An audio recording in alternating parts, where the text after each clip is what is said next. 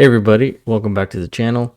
Today we're going to be checking out a quick interview from a former Liberal MP who's going to be explaining how Trudeau and Singh could potentially be rigging votes for the upcoming election. So take a listen. Academic take. Longtime Liberal MP before it was a Justin Party. Some Liberals are saying, you know what, he has abandoned Jews in Canada and he is going after the Muslim vote. And someone told me they're pinpointing each riding. Don't worry about policy. Don't worry about whether they have good government or not. We're just going to try to nail certain ridings to win the next election. And you're telling me the NDP is a big part of it. Yes, How? very much. I would think that the best way is what Macron did in France to prevent the possibility of his parliament disappearing in front of him. To Marine Le Pen, what he did is he basically withdrew candidates in certain areas. Other parties did the exact same thing on the center to left. That doesn't just mean the Greens. It doesn't just mean the Liberals. It doesn't just mean the NDP. It means a coalition among those three parties in various ridings. So what's obviously going to happen? It's not a written coalition. It's a coalition in practice. So in certain ridings, there's going to have to be a deal between the NDP and the Liberals. And there will be. That's right. Liberals, you have a better chance to win this one, so we aren't going to run by you. Correct.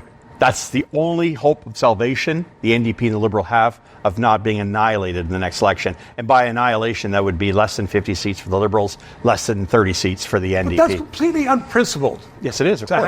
To have two parties, if this was two businesses saying, you know what, let's just get our prices together here, they'd be given a $5 billion fine. Now, unfortunately for us, the opposite is true with these two parties getting together. There doesn't seem to be any fines happening, but they are going to be getting their pensions come election season. However, if you're following the polls at all, this is kind of what Dan was mentioning. The Liberals need to stay above 50 seats and the NDP need to stay above 30. Currently, the NDP are not doing well. However, the Liberals have gone up and the Conservatives have gone down. They were at around closer to 229. Now they're at 203. But we are currently kind of in a bit of a lull state where all the talking points have happened. Everybody kind of knows what each party's standing for, trying to get pushed forward. So there's not really much movement in the polls currently. However, if we get back to the interview, Dan points out that the Liberals and the NDP obviously have been doing this. And even to the point where he admits that there is corruption, and you can tell that he is not happy about that. But they've done it for the past 3 years under our watchful eye. And it does mean that the Liberal Party will cease to be the party that it once was. It will become very much an apparatus of the left in which the NDP and the Liberals will cooperate. Not just cooperation on a political scale and in Parliament, but cooperate in the hustings. There will be no NDP candidate where there is a Liberal incumbent and vice versa. Dan, do you think that if that becomes the case and it becomes obvious to Canadians, do you think that there's going to be blowback? They're going to say, you know what, you guys are a bunch of unprincipled scuzzbags and we're not going to give you our votes. Well, they've been doing this for some time. The NDP and the Liberals have cooperated to the extent of even covering up what appears to be significant examples of corruption. Yeah, no, so parliamentary committees, they say, well, we want to know where that $300 million went, and the NDP and the Liberals block it. Yeah, they do every single time. And so my way of thinking is that the Greens have ceased to become relevant. All their policies have been taken up by Stephen Guilbeault and other radicals.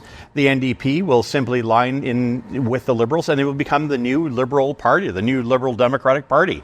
Well, however they style it, the only ones denying this right now are those who are not watching this. And they better be very careful because it fits right into the narrative. It's the only way they can have a hope of salvation in the next election. Dan McTagg, thank you for opening our eyes. No, I absolutely love that a former Liberal MP openly admitted that Guilbeault was a radical, because this is something that we've talked about for a while now. But him mentioning the salvation of the Liberal and NDP party, kind of falling on this tactic that they have potentially planned, where if a Liberal member would potentially do better than an NDP in that riding, the NDP would pull their member, so it'd only be a Liberal versus a Conservative, or vice versa. The Liberal would pull his member, and then it'd be NDP versus Conservative. I understand what he's saying, but I really don't think this tactic is a silver bullet in a sense, because people are already voting the way they're voting based on each party's stance on certain topics. And you could think of the main topics being immigration, housing, affordability, the taxes, I don't know, maybe groceries, which kind of falls under affordability. And people already know where the Liberal NDP stand on those. And they know that the Conservatives are on the complete opposite. And that's what people are leaning more towards because they're tired of not being able to afford groceries or have a house. Now 25% of Canadians are in poverty. 25% of them are going to food banks. That's an insane number when you think of the population of Canada. That's like 10 or 12 million Canadians now consider themselves in the poverty or are going to food banks. That is not sustainable. And so regardless if it was a Liberal versus a Conservative and there was no NDP option, it's not like NDPers are now going to choose the Liberal or vice versa. The Liberals choose the NDP. Typically, you kind of vote the opposite. And that's something you see, especially when kids get into school, university, colleges, they're much more liberal. And then as they phase out of that, they become more conservative. It's not like they shift more to the NDP or anything like that. And as you mentioned, this tactic was used in France, and France was able to beat the Conservative Party with this tactic. But I think that also had to do with timing of everything. Their election was a pretty fast turnaround between the first vote and the second vote. We still have over a year, basically, till next October for our votes and our election. So I don't know if them laying out this plan or this being the potential plan is really going to benefit them, especially as the interviewer said there. Once Canadians start to figure out that this is what they want to do, they're going to say, well, that's kind of skeezy. That's kind of scummy that now you guys are just trying to rig the system in a sense. And I'd be curious to see if any of the mainstream media even covers any of this. Because right now you are seeing a little bit of pushback from some of the reporters, especially right now while the Liberals are having their cabinet retreat in Halifax. Quite a few Liberal members were interviewed today, and the reporters said, we need to clarify. We need clarification. You're not answering the question. Give us an answer. And it ranged from Freeland to Joly to Rodriguez, Mark Miller, Randy Boissonnault. And some of the stranger ones were Mark Miller and then Randy Boissonnault kind of insinuating that Pierre might be gay. I don't know. Take a look for yourself. As you know, the Democrats in the U.S. have switched up their leader over the summer, and they're seeing some success in the polls. They're now competitive with Donald Trump, whereas before it seemed hopeless. And there's a lot of enthusiasm among party members. Does that give you pause and make you think maybe we should have a leadership swap here in this country to revive the Liberal fortunes? Absolutely not. Why not? All of us here have tremendous confidence in the Prime Minister. We have confidence in him as the leader of our government, as the Prime Minister of Canada, and we have confidence in him as our party's leader, as the guy who is going to lead us into the next election. Hi, Ashley Burke, CBC News. In English, can you talk about your future with the federal Liberals and the reports that you are considering running provincially? Well, you know me. I'm a straight shooter, right? I love talking to you guys, and when I come here is when I have something to say. And in that case, is nothing new. I'm not going to invent stuff, and I never do the typical cachette that you hear sometimes. I'm here to tell you things as they are, and I will if there's something to say. But at this moment, nothing new. Thank you. Why not shut it down then?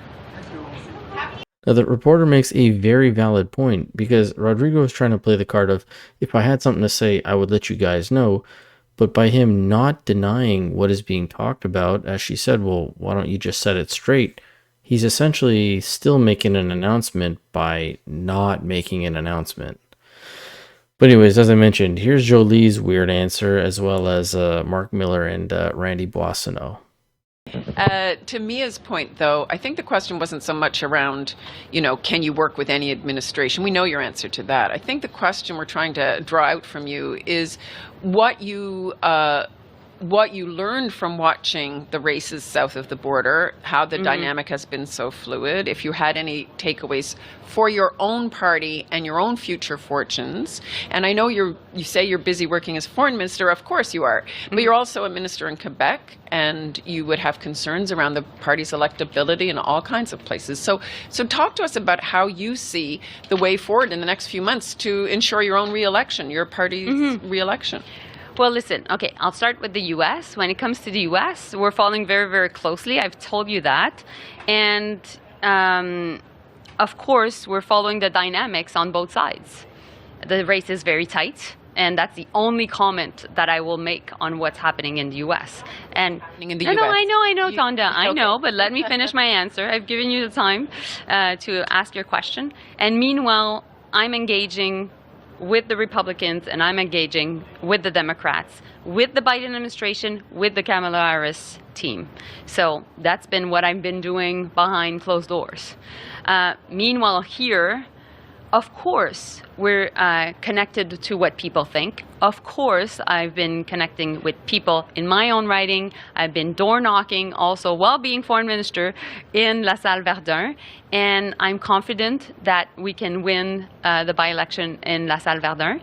Meanwhile, are people preoccupied about affordability, housing? Of course they are.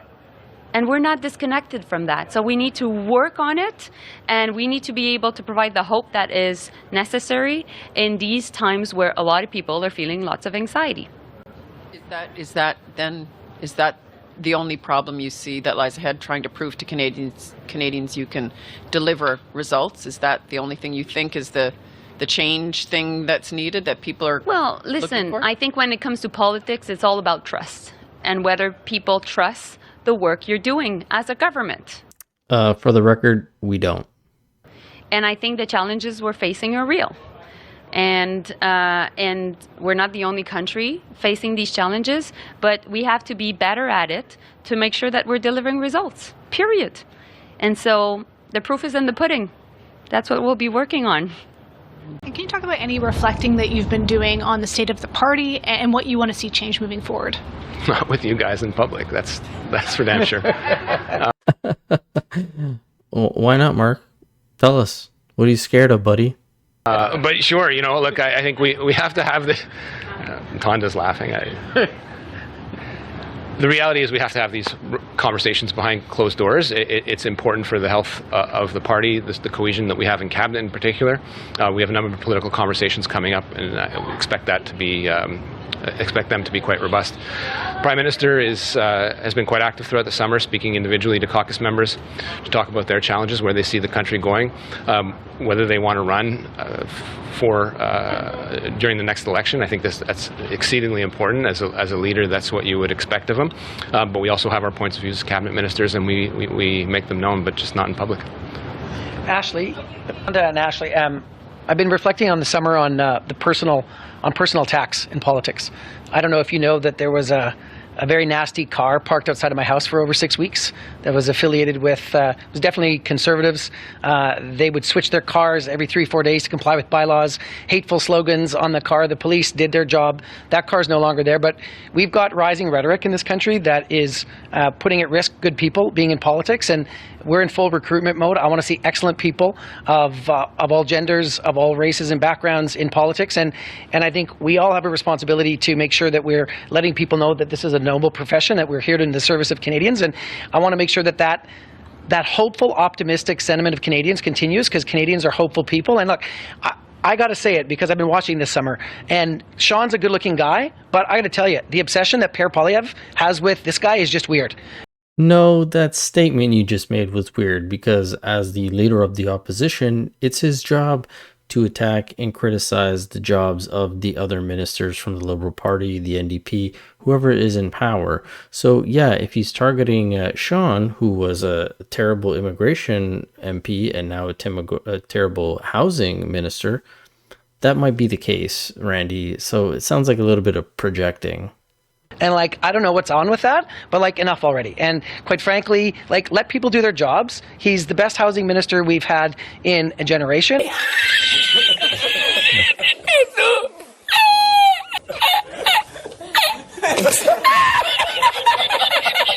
And quite frankly, I think you're going to see us build more housing than ever before, because that's the plan that we've laid out, and Sean's at that helm. And I think we got to talk with people on the doors, like I've been doing all summer. What do they want? They want more childcare. What do they want? They want Jasper rebuilt, and they want it rebuilt properly for the future. That's what I'm hearing in Alberta and Western Canada, and I'm very hopeful and optimistic about this next election with the leader we have, with the team we have, to make a case to Canadians that there is more work left to be done on their behalf. Is it just me, or do these guys constantly make it sound like they just got into office? There's always more to do, more to do. We're talking to people, there's more to do. It's like, guys, you've been in power for over 9 years now, getting into your 10th year. You should have figured it out by now. But as always, that's just my opinion. Love to hear from you guys. So let me know in the comment section below what you thought about all this. And as always, I will catch you guys on the next one. Thanks so much.